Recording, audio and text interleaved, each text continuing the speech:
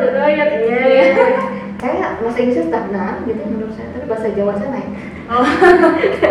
Bahasa Jawa yang naik. Orang sekolah yang sempurna adalah sekolah yang selesai. Kita melulu keluarnya bukan masalah kamu pintar, kamu cerdas. Kalau di Australia itu sangat bagus kalau kita cepet ya selesainya.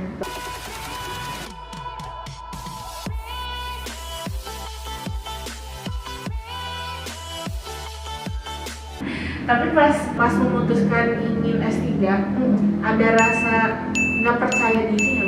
Oh, percaya diri ada, karena proses untuk menjadi sampai saat ini orang belajar untuk lebih percaya diri ya dari kita sebelumnya. Jadi ada lah banyak lah nggak percaya diri, gimana kita ngomong, kayak gimana kita menyampaikan ide, dan itu terjadi ketika saya S3. Jadi di bulan-bulanan pembimbingnya, maksudnya bulan-bulan dalam artian kita harus mampu ngomong gitu. Hal menarik apa Bu yang Ibu rasakan di S3 di Australia? Yang paling menariknya itu suka itu menarik, karena semuanya menarik ya. Kalau bagi saya itu perjalanan batin ya, maksud saya mengajak serius.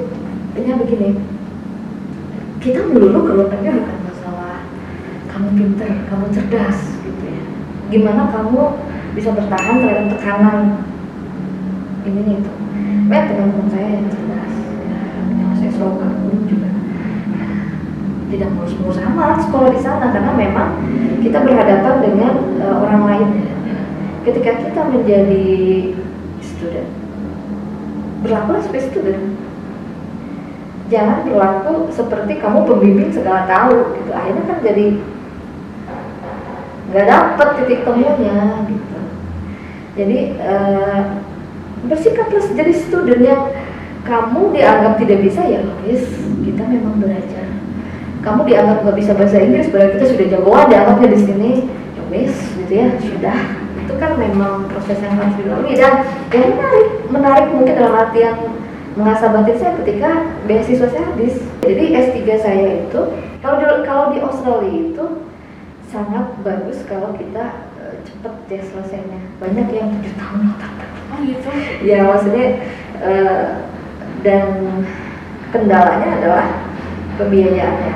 Saya cuma dikasih 3 tahun waktu beasiswa. Sementara proses saya membutuhkan lebih dari itu. Saya sampai 4 tahun lebih. Nah di antara itu saya harus mikir gitu. Saya punya mobil dijual. Saya punya saya nggak punya duit saat itu, terakhir mau 4 tahun ya. Saya cari teman saya yang bisa saya bisa hidup di situ dengan bayaran seminimal mungkin gitu. Saya cari, alhamdulillah saya ketemu, namanya Mbak Evi. Dia dosen di Papua.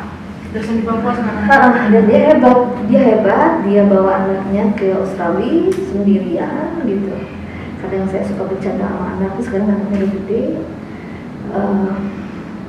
Hebat gitu ya, maksudnya kita tidak bisa menghargai orang dari kamu berasal dari mana, tapi dari hati mereka. Ketika teman kamu kesulitan, mau backgroundnya apa, dia mau nolong, itu luar biasa. Kita sama-sama senasib di sana. Kita nggak melihat kamu dari mana, sukunya apa, agamanya apa. Ketika kita berjuang sama-sama, saya tolong. Saya sangat ditolong sama Mbak Evi.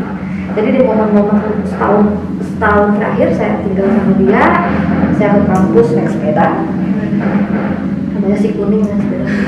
Sekarang dari mana? Jadi saya ketemu orang banyak, saya harus kerja.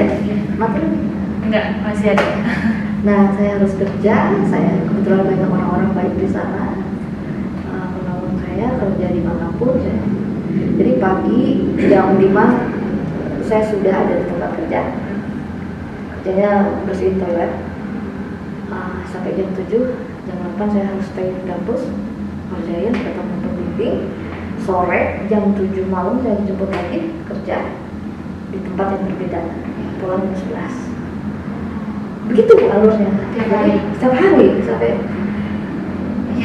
nangis tuh biasa. Bahkan teman-teman saya yang cowok juga nangis gitu. Jadi jangan mau. capek gitu ya. Kangen pulang, kangen Indonesia gitu. Kangen pulang ya, tapi kan sebenarnya yang menjadi beban kita ketika kita dikasih beasiswa adalah kita harus menyelesaikan apa yang sudah kita mulai. Karena tidak ada pekerjaan yang sempurna, tidak ada sekolah yang sempurna. Sekolah yang sempurna adalah sekolah yang selesai. Walaupun pulang pun saya belum bawa gelar karena harus nunggu hasil.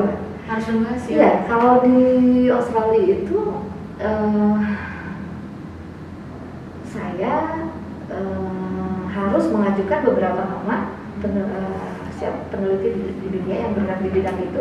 Misalnya saya meneliti tentang sumber daya genetik ayam lokal di Indonesia dari sudut pandang ekonomi, dari sudut pandang teknis, dari sudut pandang sosial, sedikit banyak itu jadi pendekatan multidisiplin. Jadi kalau saya ditempatkan di lab unggas itu saya bisa melihat dari sisi ekonomi sedikit, dari sisi sosial sedikit. Makanya saya penelitiannya banyak ke ayam pelung karena memang dari sisi sosial itu bagus gitu dan perlu dikembangkan. Nah, sampai mana tadi ya? Sampai 3 bulan saya menunggu pulang ke Indonesia dengan deg-degan karena memang saya sudah submit, tapi mereka kan menilai itu. Kita tidak tahu siapa yang menilai. Kita tidak tahu siapa yang menilai, apakah hasilnya bagus atau tidak gitu. Dan alhamdulillah dalam 3 bulan hasilnya keluar. Dalam 3 bulan. Sementara orang lain yang 7 bulan, setahun, saya 3 bulan ketemu. Dan kuncinya adalah kamu harus ketemu pembimbing yang mau dia sangat galak ya, dosen pembimbing saya luar biasa, orang Jerman, sangat detail, persis kayak saya jadi sangat detail, sangat mengajak kita untuk berpikir, jadi sangat belak-belakan dan kita harus menerima. Berarti harus cari dosen yang kayak gitu. Kebetulan saya ketemu orang dosen seperti itu dan orang lain nggak mau dapat dia. Oh gitu. Saya disuruh dapat dia. Saya awalnya takut karena saya, waduh, gitu ya, lihat tampangnya jadi takut. Gitu. Tapi ketika kita masuk, ternyata dia itu memberikan tekanan ke saya supaya saya mikir, supaya saya bisa berkembang, supaya pada akhirnya dia akan bilang, kamu tuh nggak bodoh ya sebenarnya. Dia sampai bilang gitu, kamu tuh bisa gitu mengerjakan ini. Jadi itu menurut saya prestasi melewati orang ini gitu. Sementara teman saya yang bule yang lain pada ketar-ketir lihat dia. Apalagi saya dengan gap bahasa yang kadang saya lupa ngomong bahasa Indonesia gitu. Ya selesai karena saya mendapatkan dia cocok dengan saya mungkin ya. Karena caranya sama gitu, cuek gitu ya. Dia detail, dia kritis gitu ya. Ya mungkin saya harus belajar dari itu. Alhamdulillah. Dalam 3 bulan dengan minor revision. Berarti ibu pas S3 di Australia itu sendiri, nggak ada dosen yang dari Unpad juga? Oh ya, UGM teman saya di sana. Oh baik. Jadi selain bahasa Inggris saya bahasa Inggris stagnan gitu menurut saya, tapi bahasa Jawa saya naik. Oh. Bahasa Jawa yang naik. Orang Solo, orang Jogja dan sekitarnya. Jadi saya sering satu rumah dengan orang yang ngomongnya ya bahasa Jawa juga saya. Jadi bisa gitu ya. Dan ketemu orang Sunda itu suatu anugerah. Tapi ada berarti orang banyak tapi nggak kuliah. Tapi di sana ada ini nggak dosen Indonesia juga? Ada, saya ketemu orang LIPI yang tinggal di sana, memilih untuk jadi dosen tidak di Indonesia. Kalau misalnya ini Bu, kan S3 tadi Ibu bilang dapat beasiswa. Itu beasiswa LPDP Bu ya? Bukan. Itu LPDP sekarang. Ya dulu itu Dikti ya, saya dapatnya dari Dikti. Soalnya punya 2 pilihan. Itu satu lagi mungkin momen yang menurut saya, yang mungkin Anda itu yang menyamakan dengan orang lain ya. Ketika teman saya bilang, dulu ngapain ke Australia? Jerman yuk. Itu teman saya yang sekarang jadi DKI perikanan. Enggak, gue bosen gitu ya, trennya ke situ terus. Gue pengen, maaf ya jadi. Iya nggak apa-apa Ibu, nggak apa-apa. Saya pengen kuliah yang sesuai dengan passion saya. Itu bukan passion saya ke Jerman, tapi bagus. Orang akan bilang, kamu lulusan Jerman. Cuma saya bilang, saya di small city, satu kota kecil di Australia, tapi saya suka dengan bidang itu. Dan saya pengen belajar itu. saat itu. Jadi kuncinya adalah kamu tanyakan, kalau kamu mau keluar, semua orang bisa, sekali lagi, karena itu perlu proses, perlu latihan, perlu kerja keras, jangan menyerah, kan kuncinya itu. Percaya diri bisa dibangun karena melalui proses itu. Adalah menentukan passion apa yang paling Anda suka gitu. Dan itu harus ketemu gitu ya, karena dengan itu akan membuat jalan kita jauh lebih mudah dibandingkan mengikuti sesuatu yang bukan passion Anda, walaupun di universitas yang gede gitu. Kalau saya seperti itu, walaupun itu struggling ya, saya memikirkan itu cukup lama gitu. Tapi saya merasa sudah, padahal di Jerman memang ada teman saya yang sudah stay di sana gitu, sudah jadi suaminya di sana juga. Ya, udah di sana aja. Sekali lagi ya udah balik lagi passion sendiri. Dalam ilmu pengetahuan, perkembangan itu dimulai dengan cara berpikir yang benar. Cara berpikir yang benar bisa dipahami orang dengan menulis yang benar, gitu. Jadi ketika saya dibilang, ibu sangat detail penulisan, karena saya ingin sampai pesan itu kepada yang baca sebenarnya. Bukan perlu saya jadi dosen bahasa, enggak. Karena dimanapun Anda mau bicara, posisi Anda jadi apapun, adalah bagaimana pesan kita sampai ke orang lain. Itu ya, satu-satunya cara. Saya diajarkan begini ya, kenapa saya detail urusan tulis menulis.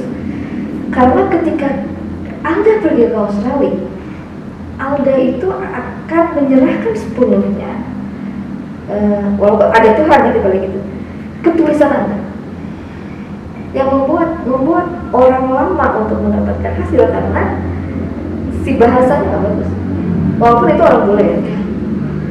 Jadi ketika ngomong ilmiah sesuatu harus simple, dimengerti dan dalam, kan begitu. Nah, gimana caranya supaya itu bisa sampai ke orang lain? Ya itu melalui cara menulis. Walaupun saya juga sampai sekarang terus aja belajar menulis, kan begitu. Itu kuncinya. Jadi karena saya, ya 3 bulan, bayangkan kamu nggak tahu siapa yang uji. Kalau sidang kamu tahu siapa yang uji ya? Si karakternya ini. Iya.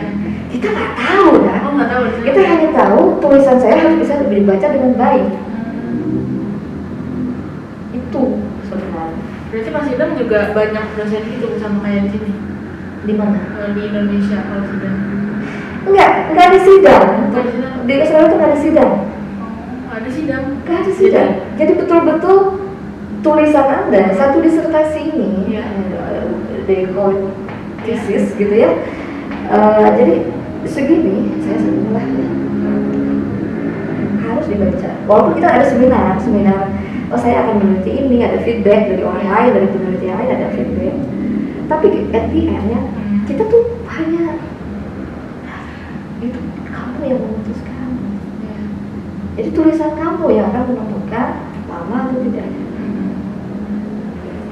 Terus bukan banyak ya, bukan mahasiswa aja, tapi semua orang bilang kalau udah deh nggak usah kuliah di luar negeri, soalnya keras gitu. Dalam artian keras tuh yang tadi yang ibu sampaikan, yang dia harus apa emang harus sendiri, itu dia emang harus lebih independen lagi. Terus segalanya sendiri, mandiri, sampai kerja aja tadi berhari-hari kayak gitu ya.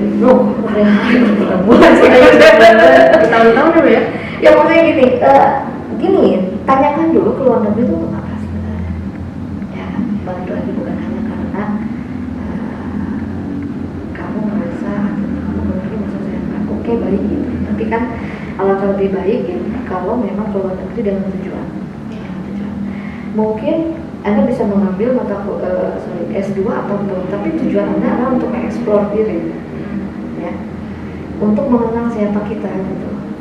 Jadi itu penting karena itu akan memperkaya pengalaman Alda.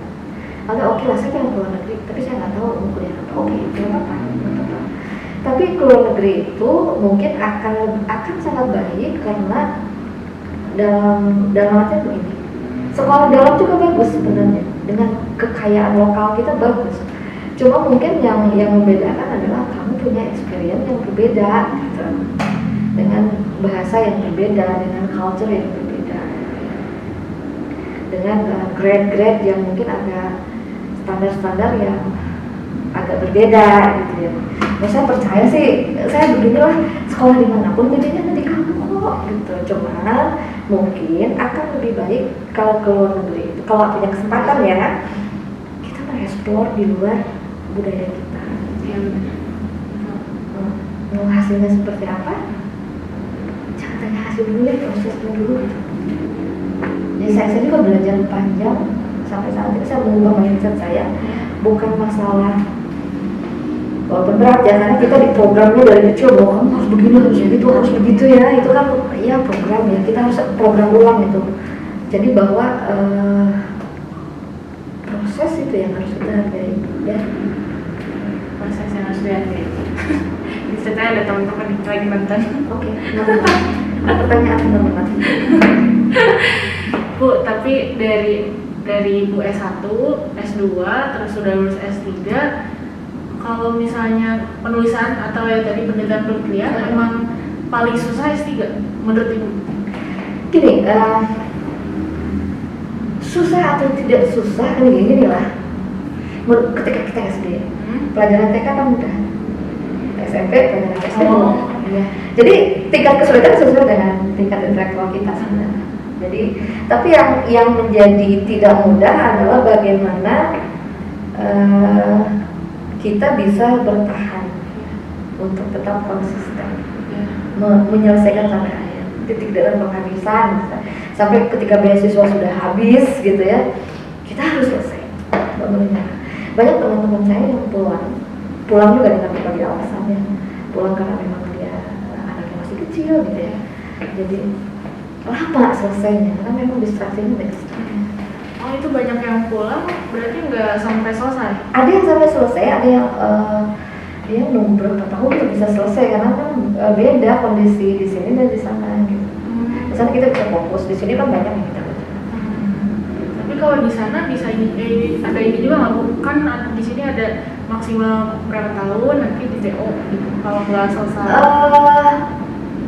Ada sih sebenarnya,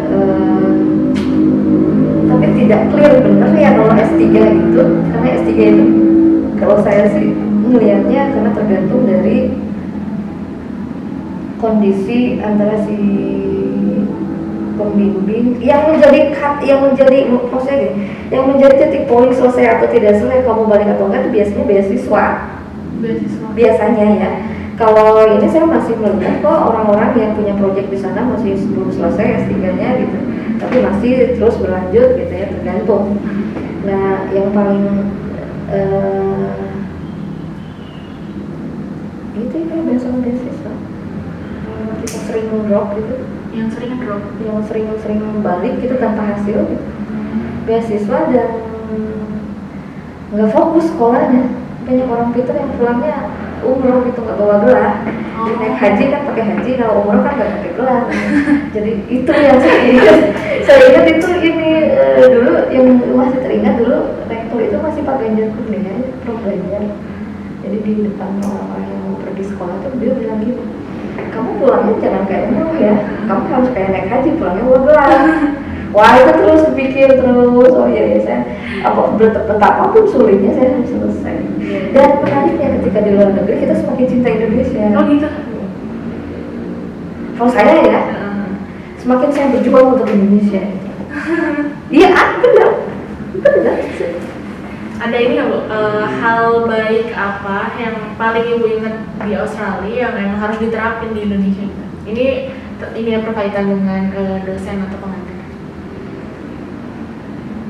Yang paling kalau saya sih ke Australia aja, saya melihat individu dosen saya. Jadi dia itu orang yang betul-betul berkomitmen tinggi. Secapek apapun dia akan tetap konsisten. Jadi jam sekian dia datang. Walaupun saya tahu dia capek. Bahkan saya pernah dipanggil hari Sabtu dan Minggu. Saya cuma punya waktu di kampus hari Minggu ya, karena sisanya saya harus ambil data. Nah, kamu tahu sendiri Australia itu kan gede ya. Jadi ambil data itu ke area yang susah dijangkau gitu ya, karena dia ambilnya lingkungan ya, tentang karbon, tentang apapun. Jadi ketika dia ada manfaatkan dia selalu sama kayak anak saya gitu ya. tapi tetap jadi komitmen. Nah, kalau saya bilang banyak orang berkomitmen, berdedikasi, dan Indonesia juga banyak, tapi kan kalau saya melihatnya dia seperti itu. Yang orang Jerman. Jadi saya laki-laki perempuan dan sangat santai. Siapa pun namanya? Profesor Romy Greiner. Jadi dia itu sebenarnya nggak jadi dosen lagi sekarang, karena memang dia kayaknya sukanya jadi konsultan. Jadi dia sangat menginspirasi saya. Bagaimana dia untuk cara berpikirnya tuh yang saya selalu dia tuh misalnya gitu, kamu 2 minggu yang lalu udah cerita tentang ini ya, bahkan saya juga lupa. Oh gitu.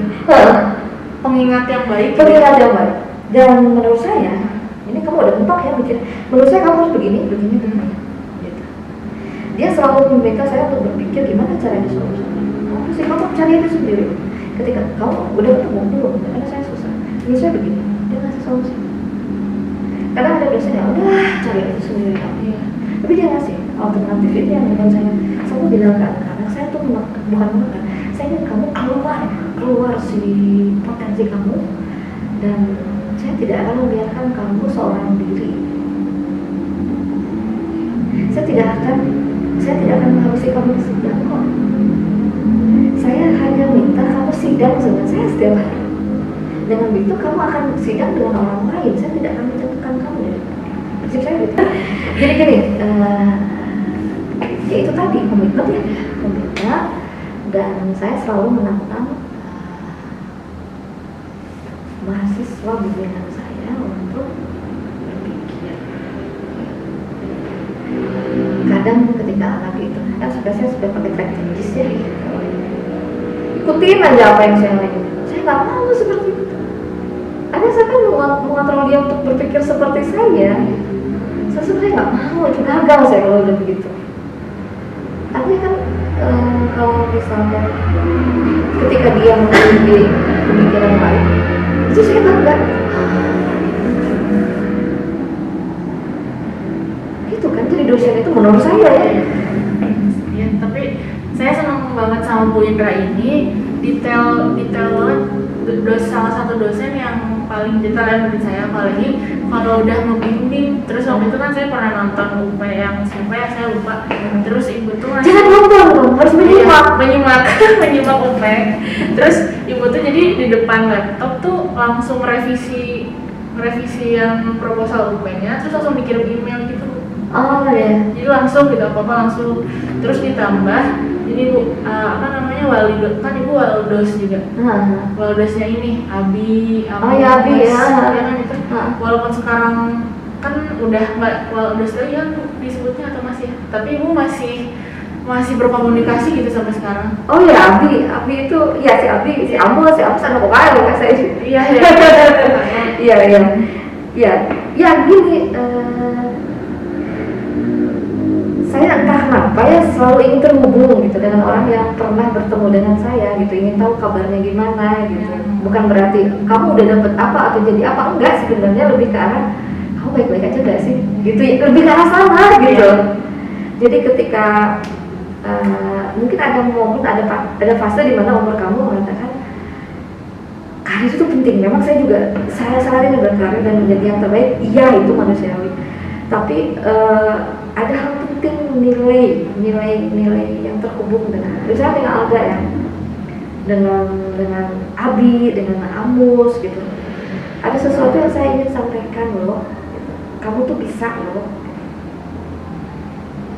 kamu bisa. Terus karena saya juga disebut gini, saya kenapa sangat concern ke hubungan antar manusia,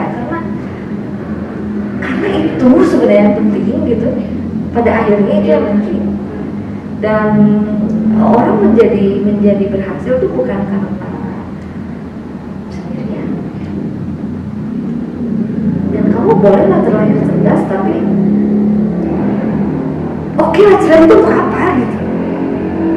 Cerdas itu untuk apa cerdas? Hanya cerdas gitu, hanya untuk kelihatan kamu lebih jago ngomong, lebih oke lah, saya senang gitu ya untuk tampil terampil deh, ngobrol ini seneng gitu ya. Karena saya bisa menyampaikan sesuatu, tapi kan intinya bukan hanya ngomong ya. Iya. Entah apapun apa enggak ya. Iya. Gitu. Betul banget. Terus pokoknya tadi yang saya ambil tuh semuanya Bu ya, dari yang kalimat-kalimat Ibu tuh yang paling kena tuh sekolah yang berhasil itu sekolah yang Selesai. selesai ya selesai Bu ya. Iya. Tapi mungkin Bu, kalau misalnya waktu itu pas Ibu lulus S1 Nah, terus Ibu nggak lanjut S2, Ibu nggak lanjut S3, kira-kira Ibu bakal jadi apa? kalau nggak lanjut, Iya, di pikiran Ibu. saya jadi saya yang keren versi lain. Versi lain saya keren nih. Saya yang keren versi saya dengan keterbatasan saya. Saya lebih suka menginspirasi dengan cara yang lain kan, menjadi jurnalis mungkin. Iya, ya, lanjut jurnalis ya. Jurnalis atau penulis mungkin, karena saya juga masih harus mengekspor menulis saya, tidak melulu tentang peternakan. Kita di challenge katanya kamu sebenarnya tulisannya bagus, tapi saya belum menghasilkan apa-apa, buku yang gimana gitu, masih book chapter pun belum tentu dibaca orang gitu ya. Ini kadang ada sih obsesi saya yang mungkin saya ingin buat buku gitu yang membuat orang itu terinspirasi gitu. Oh, Tapi entah buku apa gitu. Berarti ini rencana yang emang udah direncanakan banget gitu ya? Iya, tapi saya belum momentumnya belum dapat. Kan kita perlu momentum kadang. Kadang seringnya kalau saya sih belum momentum. Iya, iya. Kalau ini Bu, tips and trick dari Ibu sendiri? Tips and trick. Aduh, saya bingung kalau disuruh tips and trick karena saya mau by proses sih ya. Iya. Jadi saya nggak target oke ada, tapi kadang ke target seringnya membuat saya stres gitu loh. Dan jadi target bagus, tapi jangan bikin kamu stres gitu ya. Kita harus belajar untuk membiasakan diri menerima kondisi kegagalan. Sebut kegagalan itu kan bukan berarti gagal udah selesai gitu ya. Dan kemampuan kita untuk bangkit, memulai sesuatu yang baru itu mungkin poin yang orang lain nggak bisa lihat, tapi orang akan wow gitu. Suatu saat akan wow gitu. Ternyata untuk menjadi diri kamu, versi kamu yang keren gitu ya, itu perlu effort gitu ya untuk menjadi itu, dan tidak mudah. Jadi jangan menyerah aja. Menjadi sempurna itu berawal dari sesuatu itu tidak sempurna. Ada yang belum tentu sempurna sekarang itu sempurna menurut orang lain. Itu belajar itulah, saya juga belajar melalui proses Belajar terus dan belajar itu belajar baca buku. Iya. Nih, oke. Buat teman-teman semua nih yang nonton, Banyak ya yang nonton. Iya. Berapa viewernya? Ada 1 juta 1 juta. Yang subscribe-nya berapa tidak? subscribe-nya udah 10 juta. Amin ya. Kamu banyak duit ngomongnya. Ibu, pesan-pesan apa yang buat teman-teman semua nih yang masih segede aku ataupun di bawah atau di atas aku? Kamu segede? Umur berapa? Segede kamu? Iya ya, umurnya sekian 20-an dah. 20. Aku 20-an. Ada nggak Bu nih pesan-pesan apapun itu yang pengen Ibu sampaikan? Dan gini enggak, di usia 20, usia bingung kan? Oh gitu. Bingung nggak sih? Kadang banyak Iya, banyak yang bingung. Dan kadang kita tidak perlu menemukan jawaban ketika di usia itu ya. Tapi Anda harus tetap maju terus, melakukan sesuatu yang mungkin tidak relevan, melihat itu tidak relevan, tapi suatu saat Anda akan ketemu. Jadi menikmati aja kebingungan itu, tapi kamu nggak melangkah, jangan cicing wae tuh ya. Tetap melangkah, make progress walaupun sedikit, lakukan apapun yang menurut kamu bisa mendukung kehidupan kamu. Suatu saat kamu akan oke, saya pernah bingung, saya bisa sharing. Ya. Karena kalau tidak bingung, kamu tidak bisa sharing. Jadi saya tuh banyak bingungan, saya bisa sharing sama Anda. Jadi bohong lah kalau misalnya tidak terus sukses dari lahir. Rasanya enggak deh, gitu. Nggak ada deh. Nggak ada gitu. Gitu kan. Seru banget ya ngobrol sama Bu Indra, ternyata kocak banget. Tapi bener yang paling seneng tuh kalimat tadi Bu, yang sekolah yang berhasil itu sekolah yang selesai. Iya. Walaupun nilai jelek gimana Bu? Iya, nggak apa-apa gitu. Apa ya? Gini, bagus kalau Iya. ada cum laude gitu ya. Kalau saya sombong dong, saya juga cum laude. Tapi kan pada akhirnya teman-temannya saya yang sukses, dalam artian sukses itu kan relatif ya. Iya. Sukses dalam artian ketika ketika saya dapat nilai A terus misalnya, bukan misalnya, ini kan secara akademik bagus, bukan berarti teman-teman yang nilainya pas-pasan, iya. PT karbonnya banyak gitu, bukan berarti tidak berhasil. Iya. Ya, karena mereka ternyata ketika mereka S1 mereka belajar banyak hal yang tidak saya pelajari. Teman saya nih ya, teman saya yang sukses dan sekarang itu teman yang suka keluar malam, ngobrol sama preman, kemudian bergaul, akhirnya ketika jadi pengusaha jaringannya banyak. Ya maksudnya itu hal-hal yang menurut saya ukuran administrasi itu oke, bagus ketika Anda melamar suatu pekerjaan, ketika Anda melamar beasiswa, oke, good, Anda dapat Anda berkena cum laude. Iya. Tapi ketika Anda diajak ngomong, ketika Anda berproses mengikuti pendidikan itu kamu nyerah, ini something wrong with you gitu ya. Jadi angka 3,9 itu tidak menolong Anda. Ya. Nah, siap nggak? Iya, sip banget. Oke, terakhir Bu, ini adalah question of life. Jadi Ibu harus jawab cepat ya. Ibu harus jawab cepat. Gitu. Ibu ya, jawab cepat ya Bu ya. Ada 2 pilihan dan Ibu harus jawab cepat. Apa itu? Mahasiswa luar negeri atau mahasiswa dalam negeri? Mahasiswa yang dalam negeri pernah keluar negeri boleh?